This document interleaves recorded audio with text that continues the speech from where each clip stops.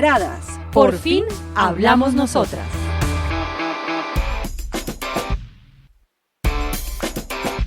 Hola a todas y a todos nuestros oyentes, soy Camila Moreno y quiero darles una gran bienvenida a Degeneradas, nuestro segundo episodio de esta gran temporada que tenemos con ustedes. Acuérdense, sobre todo sobre debates con enfoque de género. Qué pena que estoy nerviosa por estar aquí con ustedes de nuevo, pero estoy feliz.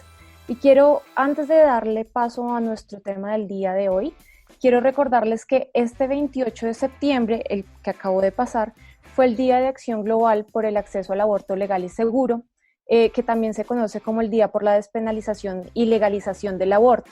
Entonces, pues desde Degeneradas queremos decirles que seguimos súper interesados y apoyando más bien el hecho de que los derechos de las mujeres se cumplan, y no solo se cumplan y se den, sino que estén protegidos para que se puedan cumplir, y las personas, las mujeres que desean acceder al aborto legal en las 3 especificaciones que la Corte hizo en Colombia, pero que de pronto se puede ampliar más, pues aquí estamos nosotros apoyando.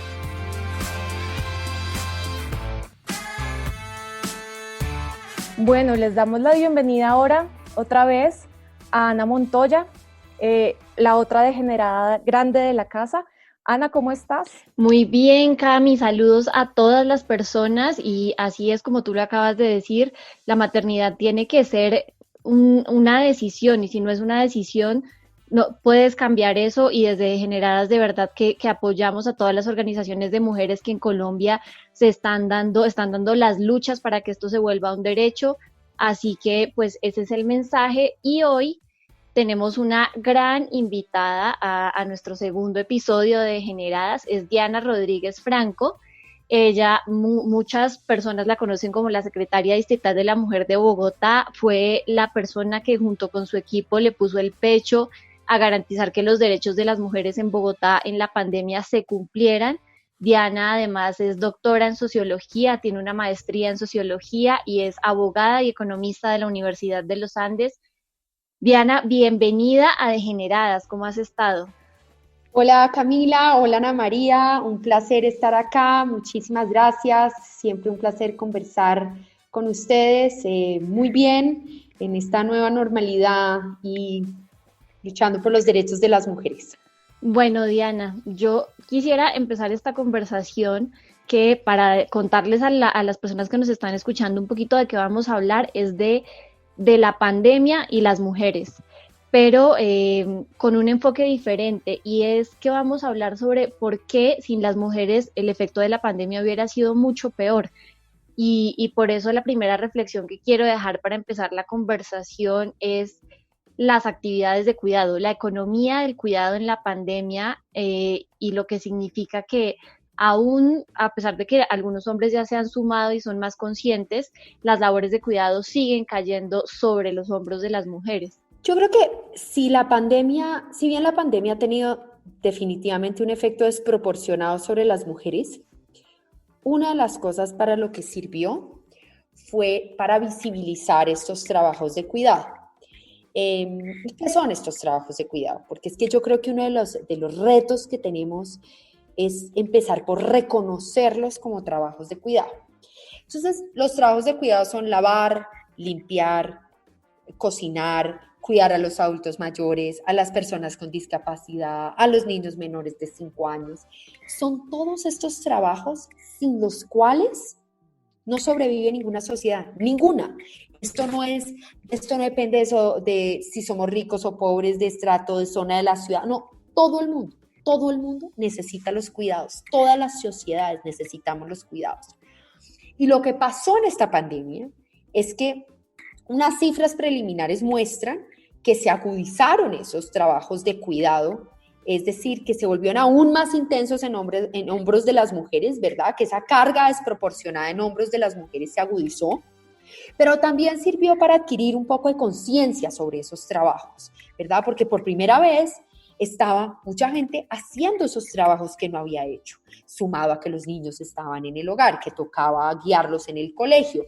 Entonces se crecieron exponencialmente estos trabajos de cuidado, y yo creo que eso, si para algo tiene que haber servido la pandemia, es para reconocer eso. Reconocer, uno, que son trabajos, que no hay nada más ofensivo que decir, ¿qué hace tu mamá? No, ella no trabaja, ella no hace nada. ¿Pero cómo así? Sí, no, ella, un minuto, pero ella ayuda con las tareas, pero ella te lleva al médico, pero ella cocina, pero ella además plancha, pero además ella está encargada de tu abuelito. Sí, bueno, pues esos son trabajos. Entonces, primero, que nos va a servir para reconocerlos como trabajos. Segundo, que nos va a servir y ojalá para que caigamos en cuenta la necesidad de redistribuirlos entre los actores y pues los adultos sanos del hogar, ¿verdad? Necesitamos que no siga siendo la abuelita o la mamá la que siga haciendo todos estos trabajos, porque además acuérdense que el cuidado no es una responsabilidad y una obligación de las mujeres, es una obligación de todos. No, nosotras no nacimos aprendidas, no es que uno nació así, ¡puf!, nació y entonces uno venía con un manual bajo el brazo de cómo planchar, cómo lavar, cómo cuidar, cómo llevar al niño al médico, cómo cuidar a la persona con discapacidad. No, uno no nació con el manual del cuidado bajo el brazo, ¿verdad? Eso se aprende. Y por ende, o sea, eso también es una cosa que podemos compartir. Y lo tercero para lo que tiene que haber servido esta pandemia es que si uno ya lo reconoció como trabajo y si además uno los va a redistribuir, pues ojalá sirvan es para reducir la cantidad de tiempo que le dedicamos las mujeres al cuidado. Y eso puede sonar como, ¿pero por qué? ¿No? Y yo creo que lo más importante es entender que si nosotros no redistribuimos esos trabajos de cuidado, entre el hogar, entre las familias, entre el sector público, nacional y local, entre el sector comunitario, pues las mujeres vamos a seguir sin poder acceder a las becas, estudiar lo que queremos estudiar, trabajar en lo que queremos estudiar.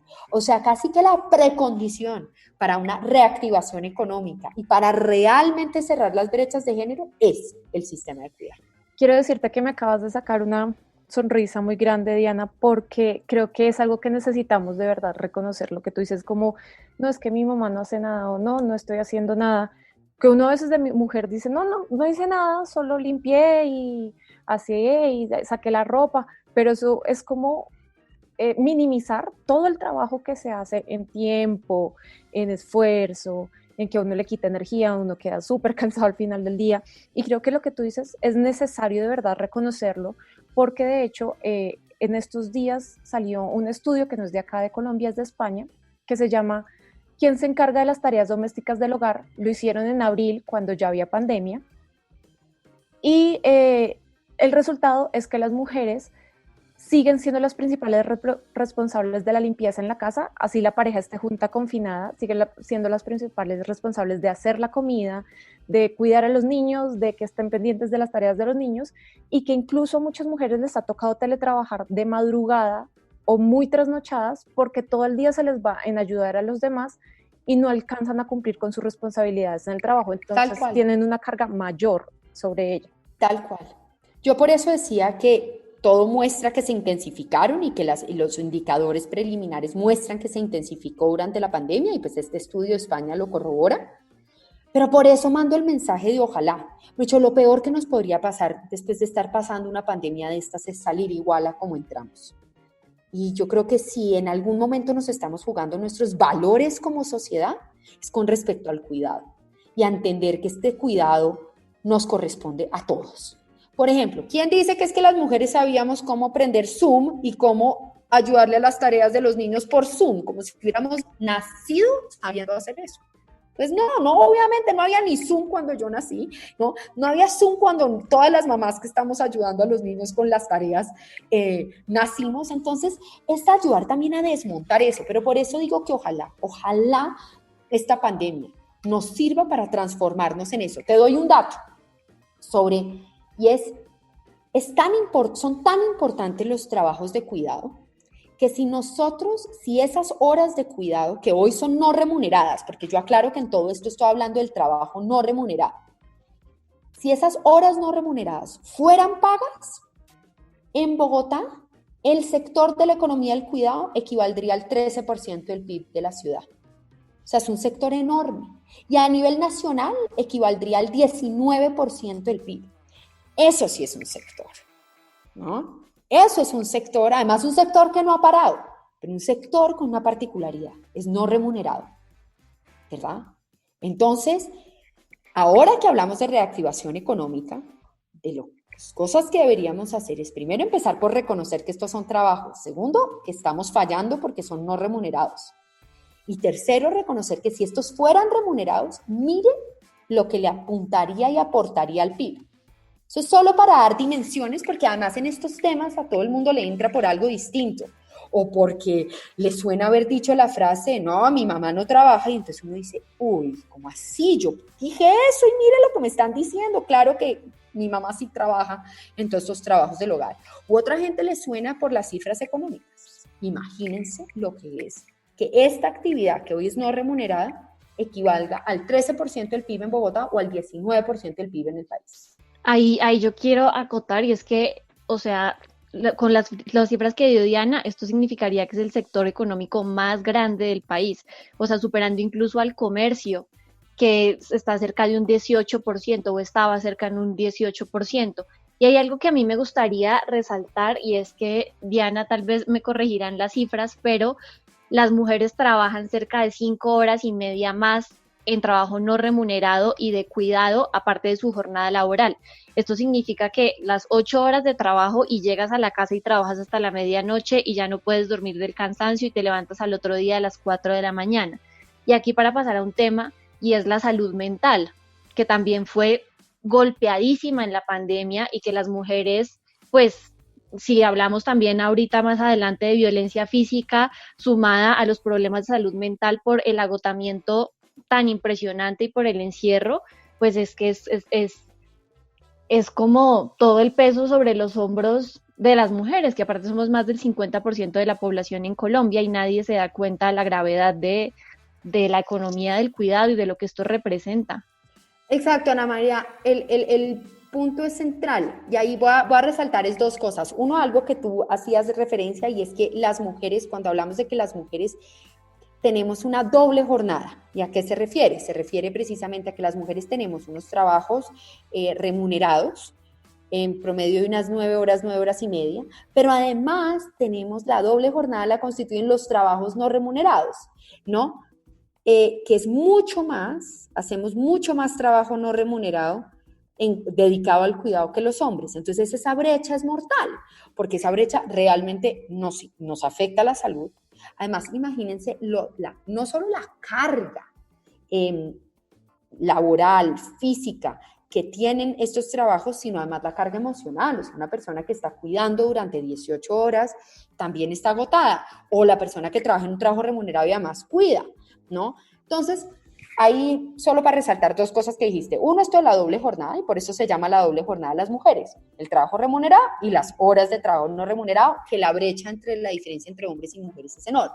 Alcanza a ser de 3 horas o 4 horas en Bogotá. La diferencia de las horas que le dedican los hombres al cuidado y las mujeres al cuidado.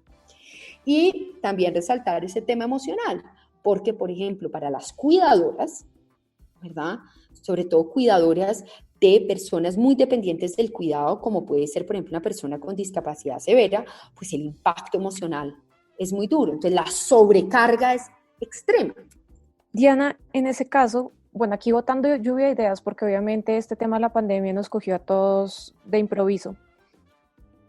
¿Cómo se hace o cómo podemos hacer para que esas horas no remuneradas o esa carga de este trabajo no remunerado y no reconocido se comience también a repartir mejor? Pues porque creo que también la parte es que de por qué ocurre es porque es obvio que la mujer cocine, es obvio que ella sea la que planche, es obvio, y entonces como que ella a mí me pasa, uno lo hace a veces sin pensar, y después uno ya al quinto día ya está súper cansado, pero también la pareja de uno no, también sin pensar, pues no ofrece la ayuda. Miren, yo creo que la solución de esto es la pedagogía y el humor. Son esas dos cosas, pero que va con pedagogía y con humor. Yo creo que cuando uno sale y regaña muy duro, crea unos bloqueos. En cambio, cuando uno usa el humor para decir que no trabajo, bueno, listo, entonces te propongo, mañana me echo en una cama y no cocino, no plancho, no lavo, no llevo a los niños, no hago tareas, no llevo al abuelito, yo mañana, ahora sí que no. Entonces, si uno juega o con una imagen, ¿no? O apelar a cómics más históricos, eso puede ayudar mucho. Entonces, yo creo que acá, entre la pedagogía y el humor, podemos lograr esos cambios. Y con esos diálogos muy conscientes de decir, ¿sabes? Esto es un trabajo que nos corresponde a los adultos sanos del hogar, y insisto en los adultos sanos porque tampoco la idea es ahora sobrecarguemos a las adultas mayores, ¿no? El 40% de ellas son cuidadoras, incluso de otras personas mayores. Entonces, tampoco es para que las sobrecarguemos, sino hablar de esas cosas, usar el humor, usar esa imagen, decir, ¿no? Poder decir, sí, es que yo también estoy cansada porque esto que he hecho es un trabajo, y empezar a cambiar el lenguaje. Por ejemplo, no hablemos de las labores del cuidado o las labores del hogar, ¿no? El trabajo del hogar, el trabajo del cuidado. Y al cambiar el idioma, pues el lenguaje, perdón, no el idioma, sino el lenguaje, al cambiar la forma como nos referimos, al usar el humor, estoy segura que vamos haciendo esos cambios. O decir, un plan, vamos a dividirnos. Yo voy a estudiar y voy a leer y voy a hacer esto, o quiero trabajar en mis horas normales y no entre las 9 de la mañana y entre las 9 de la noche y la 1 de la mañana. Entonces, mira, esta semana te corresponde a ti todo lo de la cocina, o te corresponde todo lo de las tareas, y así uno también empieza a que haciendo, no solo con la lora, pues con la explicación, la otra persona lo viva y lo sienta. Yo tengo un gran colega de gabinete que justamente ha dicho esto, que ha dicho el secretario de Seguridad, lo dice muchísimo, dice, yo sí espero que muchos de mis colegas y de mis familiares hayan entendido lo valioso que son estos trabajos. O sea, si ahora confinados no lo entendieron, pues tenemos que hacer un trabajo 3 veces más duro. Pero yo realmente creo que estos momentos de pandemia son buenos para eso. Entonces yo solo sugiero el humor y la pedagogía. Yo en este capítulo, antes de pasar a otro tema, quiero echar una chiva para las personas que nos están escuchando, y es que Bogotá va a tener por primera vez el sistema distrital de cuidado, y hace pocos días ya nos enteramos que la primera manzana del cuidado va a ser en Bosa. Y esto es súper revolucionario porque es poner la ciudad al servicio de las y los cuidadores. Entonces, pues ahí les dejo para que vayan y lean sobre el tema. Y yo quisiera pasar a otro aspecto de la pandemia, y fue la violencia de género en la cuarentena. La violencia de género en la cuarentena la alertó China en diciembre. China en diciembre dijo, pilas, que aquí se nos aumentaron los reportes en un 125%, porque las mujeres quedaron encerradas con sus agresores, y esto pues pasó también aquí en Colombia. Y también para decir que se confirmó que la casa sigue siendo el lugar más peligroso para las mujeres y para las niñas. Sí, ese fue otro de los, volviendo a este tema de cómo es que la pandemia le pegó más duro a las mujeres, y cómo también, porque a mí siempre me gusta pensarlo en, imagínense lo que hubiera sido esta pandemia sin las mujeres, hubiera sido peor. Pero otra de las razones, o sea, ya hablábamos de las sobrecargas del cuidado, pero otra de las razones por las que esta pandemia fue muy fuerte y ha sido muy fuerte para las mujeres, sin duda, es la violencia, porque históricamente, por primera vez, estamos confinados por tanto tiempo y sin alternativa, hombres y mujeres en el hogar. O sea, las mujeres están con su agresor. Por eso cuando una gente dice, no, es que esto es como una guerra, yo digo no. Desde este punto de vista, la violencia no lo es, porque en la guerra los hombres salen a pelear, o las mujeres salen a los hospitales, o no. De hecho, parte de lo que pasa ahí es que no están juntos. Entonces, desde el punto de vista de la violencia en el hogar, esto es absolutamente alejado a una guerra. Por el contrario, están confinados por primera vez por días y días y días. O sea, incluso parejas que antes solo se veían 1 o 2 horas, ahora pasan a tener que convivir mucho tiempo. Y eso sumado a que las crisis acrecientan pues los factores de estrés, sumado a pues la razón principal y debajo de todo esto que es el machismo, pues la violencia, vimos más violencia, vimos más casos de mujeres en riesgo de feminicidio, recibimos muchas más llamadas a la línea púrpura, que es nuestro número de Bogotá de atención a mujeres, el 018 112 137. Entonces, sí vimos más violencia. Ojo, vimos siempre en el tema de violencia, desde siempre ha habido un problema, ¿no? Y es que no sabemos siempre si hay más violencia o si se reporta más la violencia. Pero en caso dado, lo que es cierto es que recibimos mucho más reportes de violencia y más casos de mujeres en riesgo de feminicidio. Y a mí siempre, o sea, yo quiero resaltar lo del machismo. Porque entonces mucha gente, por ejemplo, me decía, ay, ¿por qué para evitar la violencia no declaramos ley seca? Yo decía, porque miren, y por eso fue que la alcaldesa se dio una pela y en unos momentos no lo hizo por ese motivo, ¿no? Fue porque cuando uno dice, es que declaremos ley seca, es como si el alcohol es el que tuviera la culpa de la violencia, ¿no? Es que estaba borracho, es que tenía celos, es que nada, lo que hay detrás de eso es machismo. Eso se llama violencia machista. Entonces, cuando uno empieza a ponerle, a hacer ley seca, uno lo que está es quitándole el foco al verdadero problema, que es el machismo.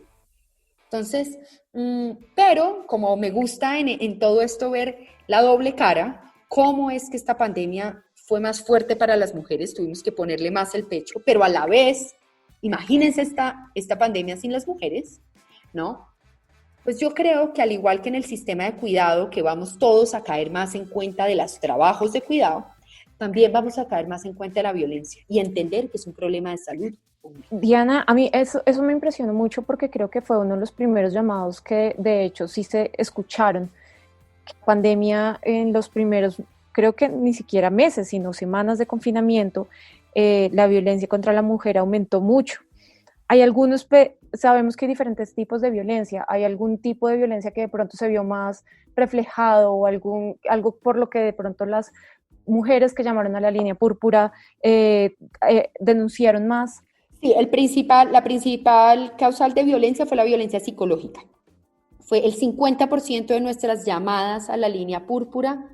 O sea, de las llamadas a la línea púrpura que son sobre violencias, el 50% eran sobre violencia psicológica. Eso es súper diciente porque creo que es una de las violencias que uno menos se imagina. Creo que uno se imagina más el golpe, ¿sabes? Como la cachetada. Sí, la violencia física. Yo creo que eso es algo que también hemos querido trabajar en esta pandemia y es precisamente o sea, que nos volvamos más conscientes sobre los distintos tipos de violencia. Tú bien decías, Camila, estamos más conscientes de la violencia física, ¿no? El puño, el golpe, de esto, pero es que la violencia psicológica, todo ese maltrato, todas esas ofensas, todas esas amenazas, la violencia económica, por ejemplo, que le retengan el celular, que le retengan su sueldo, que le revisen el celular, eso es violencia económica, o también la violencia sexual. Todo es importante, además es importante hablarlo y hablarlo abiertamente y ponerle nombre para que además quienes estén sufriendo ese tipo de violencias puedan decir, ¡ah! Eso es lo que me está pasando a mí, esto es un tipo de violencia. Y mujeres, el mensaje en esto es no están solas. Para eso es que está la línea púrpura, los espacios seguros, las duplas de atención psicosocial, las más de 60 líneas de la Casa de Igualdad de Oportunidades de psicólogas y abogadas atendiéndolas, ¿no? O sea, por eso es que tenemos todo esto al servicio de las mujeres, para que justamente no estén solas y en cualquier tipo de violencia no se lo cuestionen, no digan, pero ¿será que esto es violencia? Si lo están sintiendo, ¿qué es? Llamen y las orientamos.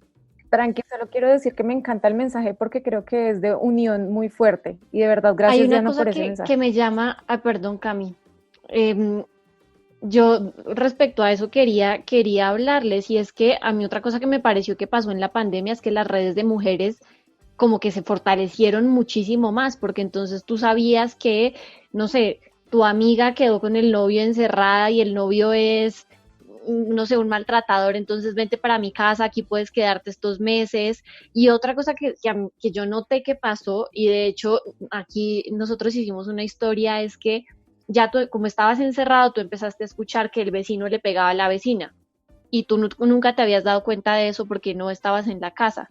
Y esto también es un llamado a decir que, como bien decía Diana, esto es un problema de salud pública. Yo no puedo pretender que si le pegan a mi vecina o al niño me quedo callado, porque me convierto un poco en cómplice y yo creo que esto también sirve para darnos cuenta hombre, yo no puedo permitir que maltraten a alguien cerca mío, a una mujer que la cojan a golpes y yo la escuche gritar y no hacer nada. Y entonces me parece que otra gran reflexión de la pandemia es que todas esas redes de mujeres se unieron, las redes de mujeres para ayudar a la esposa que se iba a divorciar y quedó atrapada con su marido, para darse cuenta que a mi hija o a mi sobrina la estaba violando el primo, el tío, el abuelo. Y eso pues sirvió mucho y yo creo que ahora salimos de esta pandemia que pues mucho más fortalecidas en decir, si no tenemos sororidad entre nosotras y si no nos estamos cuidando entre nosotras, pues nadie lo va a hacer por uno. Y hay que decir algo aquí, es que el gran éxito del patriarcado es dividir a las mujeres. Y yo creo que también aquí aprendimos a que tenemos que estar más unidas que nunca, porque pues o si no, esto no va a funcionar. De acuerdo, pero yo lo amplío, que la solidaridad sea de todos. O sea, también, miren, cuando uno va por la calle y un niño se cae, todo el mundo sale a ayudarlo, ¿no? Nadie lo piensa, no importa hombre, mujer, no importa, sale a ayudar. Lo mismo es lo que debemos generar en torno a la violencia, porque esa es la única forma de desnaturalizar. Es la única forma de que ya no nos parezca normal y no nos acostumbremos a las cifras, ¿verdad? No nos acostumbremos a 10 mujeres, a 25 mujeres. No, sino que al contrario, si todos empezamos, por ejemplo, si uno va en el transporte público y entonces ve que están acosando a una mujer, digan algo, repórtenlo, llamen o digan, oiga, he visto a esta misma persona 3 veces en el bus esta semana, ¿verdad? Entonces, háganlo, porque eso así es como vamos a cambiar. No vamos a cambiar solo con las mujeres haciéndolo, aunque es una parte central, vamos también a cambiar montando a más gente, a que todo el mundo sienta lo mismo que nos pasa cuando se cae un niño en la calle. Todos salimos a ayudar. Igual, a una mujer víctima de violencias, todos debemos, primero, a no cuestionarla, a creerle. El valor que requiere una mujer para decir soy víctima de violencias es enorme. Entonces partamos de ahí y solidaricemos. Creo que algo muy importante que dice Diana es el tema de que a uno le enseñaron o también está por ahí muy inculcado o muy incrustado más bien en la sociedad colombiana, es lo de que los trapos sucios se lavan en casa. Entonces Ana decía, no, es que yo no sabía que el vecino le pegaba a mi vecina, pero como eso es en su casa, pues dejemos que ellos lo resuelvan, que es como ese tipo de también de normalización de ellos verán qué hacen y yo de pronto no actúo sino hasta el final, pero creo que es un mensaje muy importante de que sí nosotras las mujeres debemos estar unidas porque juntas somos más fuertes, pero también debemos enseñar y hacer caer en cuenta al resto de la sociedad que como sociedad la violencia en general no se pasa, no hay cabida y que nosotros debemos reportarla, denunciarla. Sí, de pronto creo que en la línea púrpura, y tú ya debes saber que de pronto hay muchas mujeres que se sienten culpables o les da vergüenza o que de pronto por eso no dicen que somos muchas las que también hemos sido acosadas, somos muchas las que también hemos sido abusadas y que tenemos esa voz para demostrar que no estamos solas, que no estamos solas o abandonadas, no somos las únicas, quería decir, no somos las únicas en esa situación. Y que realmente hablarlo también es visibilizarlo y que la gente comience a decir, esto no es normal, vamos a hacer algo por cambiarlo. Llamar. Miren, a mí me gusta hacer un paralelo con el COVID. Yo, por ejemplo, creo que algo de lo que deberíamos salir a hacer es todos salir a decir, yo tuve COVID, díganlo, ¿qué importa? Esto no se puede volver como un tabú, que qué vergüenza, que como así, que no se puede decir nada. Hombre, no, al contrario. La mejor manera de enfrentar una pandemia, ¿cómo es? Diciendo que uno lo tiene, cuidándose, evitando que otra gente se le acerque para no contagiarse. Es decir, en el momento que uno lo visibiliza, entonces uno lo puede enfrentar. Si uno no lo visibiliza, entonces uno no permite que la otra persona se aleje o que uno mismo se aleje o que entiendan la gravedad del asunto. Lo mismo pasa en violencias. Tenemos es que permitir que la gente se sienta tranquila de poder decir, soy víctima de violencias. ¿No? Soy víctima de violencias y requiero ayuda y quiero ir a denunciar y quiero. Entonces, entre más lo volvamos un tema de salud pública y hago un paralelo, porque es que la violencia contra la mujer es una pandemia. Es una pandemia. O sea, en Bogotá el año pasado murió una mujer cada 3 días en manos de un tercero, es decir, un feminicidio cada 3 días. ¿Verdad? Entonces, eso es una pandemia. Entonces, de alguna manera, aprender de cómo se manejan las pandemias, pues sí que nos va a servir para violencias y para COVID.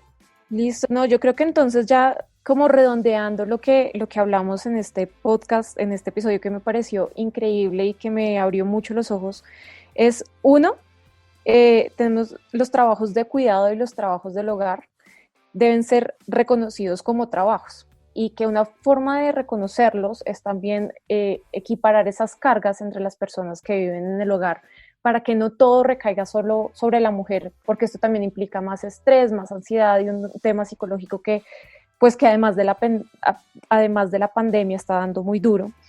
Y pues aquí, como nos decía Diana, manejar el tema con humor y con pedagogía, pues para que todos en la casa comencemos a desnormalizar y desnaturalizar el hecho de que supuestamente todos estos trabajos del hogar son solo de las mujeres.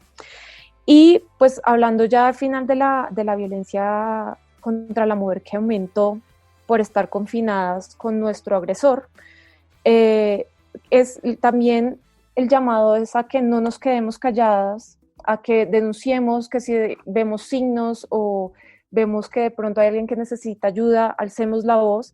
No es un tema fácil de manejar, no es un tema fácil de sacar adelante, pero una vez ya afuera, ya dicho, ya hablado, ya hay formas de solucionarlo que si uno se queda callado. Entonces, creo que esa es una de las lecciones, Diana, y muchas gracias porque creo que sí nos abriste los ojos en muchas cosas que de pronto también sabíamos, pero no éramos conscientes de eso. Pues realmente muchas gracias. Yo realmente creo que esta pandemia sí tuvimos que ponerle más el pecho a las mujeres. Miren, en el sector salud, mayoritariamente mujeres.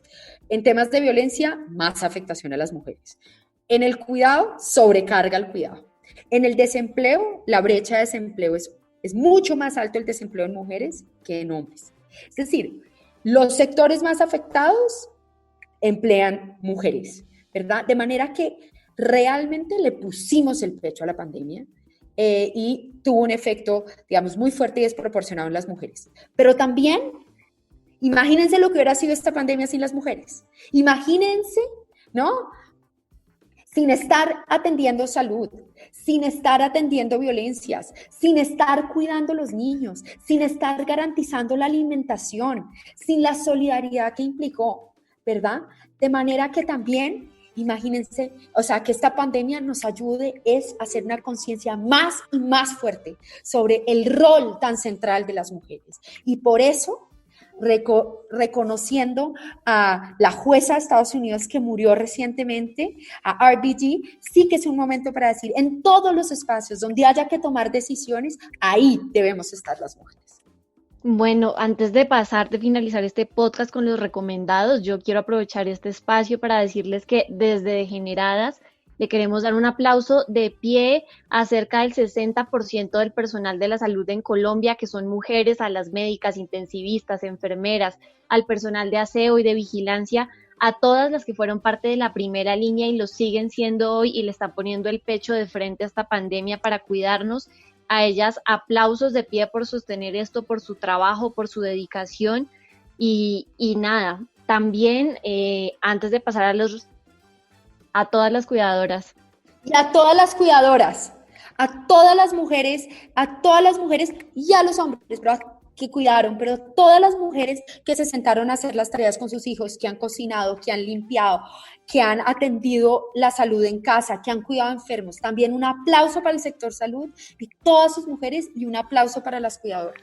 También, antes de que pasemos de nuevo a la sección recomendados, este es un llamado a todas las mujeres que nos están escuchando y si son víctimas de algún tipo de violencia, recuerden que a nivel nacional pueden comunicarse a la línea 155, hacer los reportes, a denunciar, y en Bogotá está habilitada la línea púrpura distrital que es 01 8011 2137, mujeres que escuchan mujeres y que están ahí para atenderlas desde donde necesiten.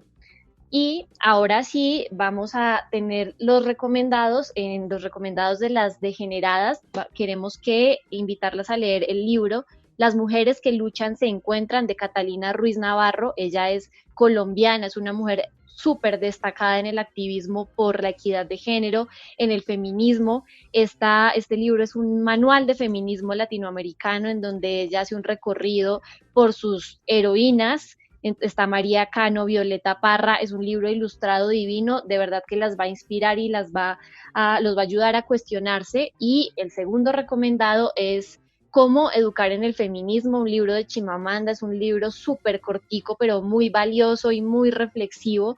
Se lo leen de una sola sentada, y yo solo les quiero dejar con esta frase, y dice: en lugar de enseñarle a tu hija a agradar, enséñale a ser sincera y amable y valiente.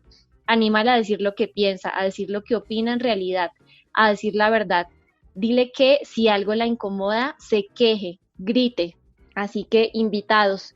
Diana, ¿cuáles son tus recomendados para las degeneradas? Pues saben, me uno a los que están recomendando, pero agrego otro, y es el ensayo más reciente de Alma Guillermo Prieto. ¿Será que soy feminista? Yo creo que una mujer que a los 70 años, que sin duda a través del periodismo, del arte, de todo, ha sido feminista, pero se lo pregunta, trae como un respiro, como un fresco, a que todas y todos podamos ser feministas de maneras distintas, ¿no? Que estemos abiertos a que ser feministas es más una ética y una apuesta que una serie de requisitos. O sea, no significa que tenemos que ir a todas las reuniones, no significa que quien no ha escrito unos artículos no puede ser feminista, no significa que si no es absolutamente militante o asista a las reuniones políticas no es ser feminista, o si nunca ha asistido a una reunión feminista, no pasa nada. Se puede ser feminista, se puede compartir esa ética y ese objetivo de disminuir esas brechas, de cerrar esa desigualdad existente entre hombres y mujeres, ¿verdad? Pero creo que es absolutamente refrescante este ensayo, porque le permite a uno encontrar y decir, sí, yo puedo ser feminista y puedo compartir así muy fervientemente ese compromiso de una manera distinta. Y yo creo que es que en esto, a la hora de reivindicar los derechos de las mujeres, de buscar un mundo más igualitario, es importante que podamos abrir el escenario para tener distintos aliados. Por ejemplo, ninguna transformación de esta se hace sin los hombres, ¿no? Ninguna. Para redistribuir el cuidado lo tenemos que hacer con los hombres. Para dejar la violencia también necesitamos que los hombres se puedan expresar, entiendan el machismo y quieran cambiar, ¿verdad? Para el desempleo y para las condiciones laborales también tenemos que entender que empleadores y empleadoras contraten con igualdad salarial, con igualdad de oportunidades, de manera que acá necesitamos a todos los aliados. Y este ensayo de Alma Guillermo Prieto, yo creo que le permite a mucha gente conectarse con la causa feminista. No, pues después de semejantes recomendaciones, yo creo que tengo que dar la talla. Y quiero recomendarles también a todos nuestros oyentes el Festival Internacional del Teatro de Manizales, que este año va a ser virtual por primera vez, por obvias razones, que va a ser de octubre 6 al 12 de octubre en la página web festivaldemanizales.com. La repito, festivaldemanizales.com. Van a hacer el homenaje de los 100 años de la poeta uruguaya Idea Vilariño. Ella tiene unos poemas preciosos sobre la vida, el sentido, la pérdida, que creo que les encantarán a muchos, que les encantarán a muchas, y que aquí en este festival internacional al que podemos tener todos acceso gracias a que es virtual, nos van a abrir los ojos sobre esta poeta que se está redescubriendo últimamente. Bueno, Diana, Camila, muchas gracias por esta conversación. A todos nuestros oyentes, gracias por acompañarnos en este segundo episodio de la segunda temporada de Degeneradas. Recuerden que pueden encontrar este y todos los demás episodios de Degeneradas, que son debates con enfoque de género, en Spreaker, Spotify, Deezer, iTunes, Apple Podcast y también en www.eltiempo.com/podcast. Nos escuchamos en el próximo episodio.